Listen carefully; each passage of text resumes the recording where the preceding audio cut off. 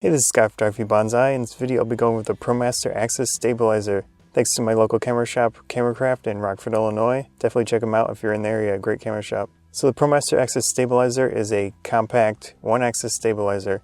That means you only get one level of correction, and that's horizon in this case. So just keep that in mind throughout the video. Comes with the main device, a rubberized grip, and a USB cable. Does not come with a USB charger. Not a huge deal, but at this price I feel like they should have included it. Build quality seems really solid. It's a mixture of high quality plastics and then also some metal pieces. Haven't had any issues with build quality since I've been using it and testing it out. Keep in mind that all of the external screws are in hex bit, so you'll need a special driver to fix or tighten those screws in case they get loose. The box it comes with is pretty extravagant, has some nice solid packaging, the padding is good, it even has like a velvet texture to the packaging, so that's interesting. Let's go over design and features.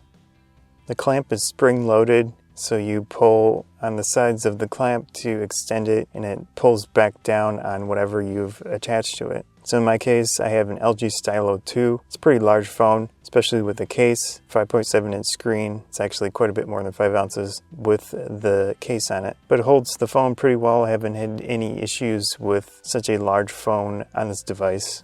There is an LED light on the device. It's not terribly bright, but it is in there, which is nice. On the opposite side of the clamp, there is a little mirror. So in case you want to use your main camera on the phone, you can use that mirror to kind of orient yourself in that case.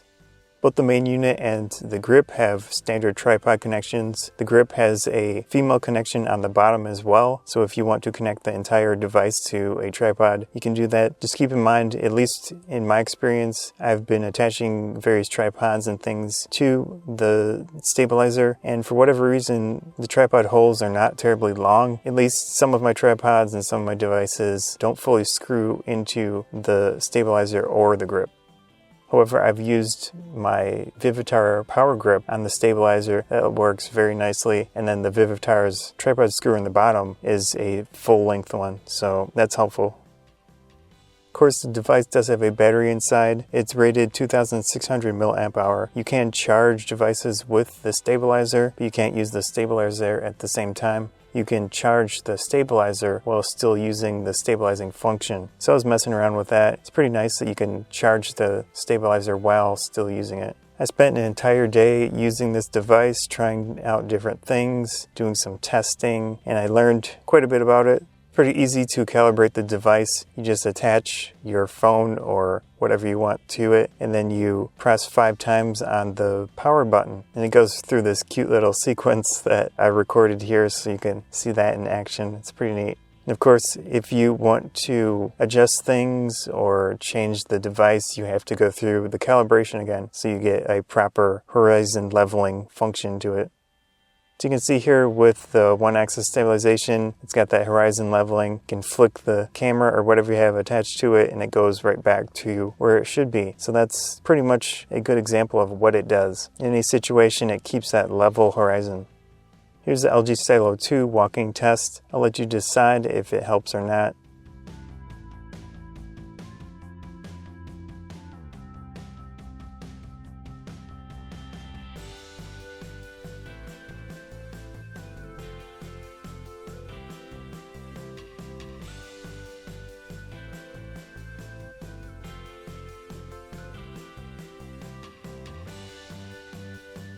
I did 2 tests with the Axis stabilizer and my D600. The Axis was attached to the hot shoe with a little tripod connection.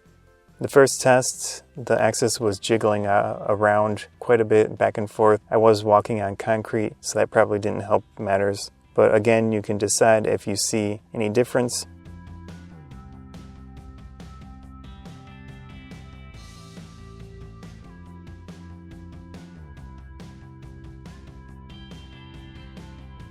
A cool thing about this, especially in the second test that I show off, is that you get that horizon correction with either, let's just say, a smartphone. What you can do is have the smartphone connect to the camera through Wi-Fi, but now you have a screen that keeps level however you orient the camera it's attached to. So I could see that being used as some type of video monitor, and then you get that nice level screen all of the time.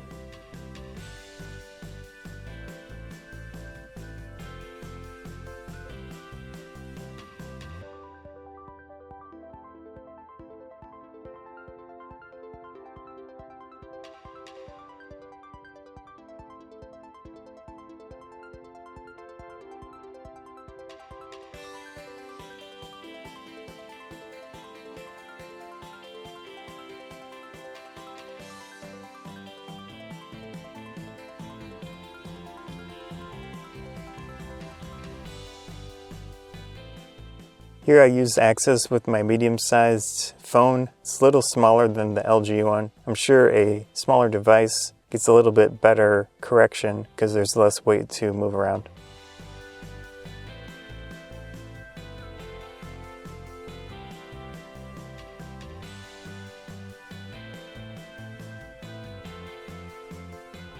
I think one of the key good features of this one-axis stabilization is using it for panning shots. So small movements or nice wide arm movements to get a view of something you're trying to film. I could see myself using that.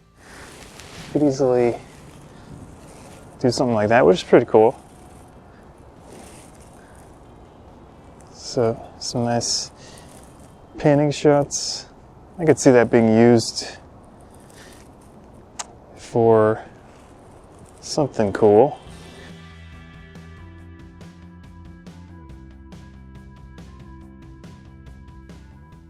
Another cool thing is when you attach it to a tripod, you get that automatic horizon leveling. So if you want to do some in-person videos on your own, you can set it on a tripod, connect it, turn it on, and it automatically gets a nice level frame. And I did a few tests with that. You can see me talking to the cell phone, and I had a microphone on myself with a recorder. It works pretty well. So you can see a lot of interesting uses for this device. The big drawback, of course, is that single access, but you do have some options there. Like I've been showing you, you've got leveling of something on a tripod, which is really useful. You've got just getting the level horizon and some type of selfie walking thing. Quite a few different options even with that limitation. I did use this with my action camera. It fit pretty nicely. The one drawback is that you can't see the action camera screen, but you can connect to the action camera through Wi-Fi, or the majority of action cameras you connect through Wi-Fi. Fixes that situation. And I do think it works quite a bit better with the action camera because you have that super wide field of view, and it is a smaller device in general, so it just has less mass for the stabilizer to correct for. So I do a few tests with that, walking around, and then selfie mode with my camera.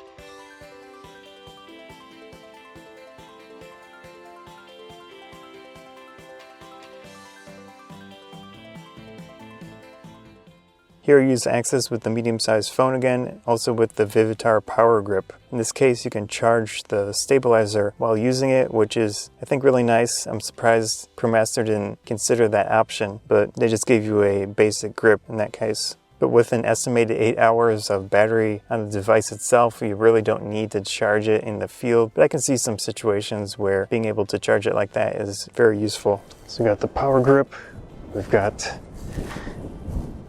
the Promaster Axis. Power Grip is powering the Promaster while it's still working, which is great. I was curious to see if that would work.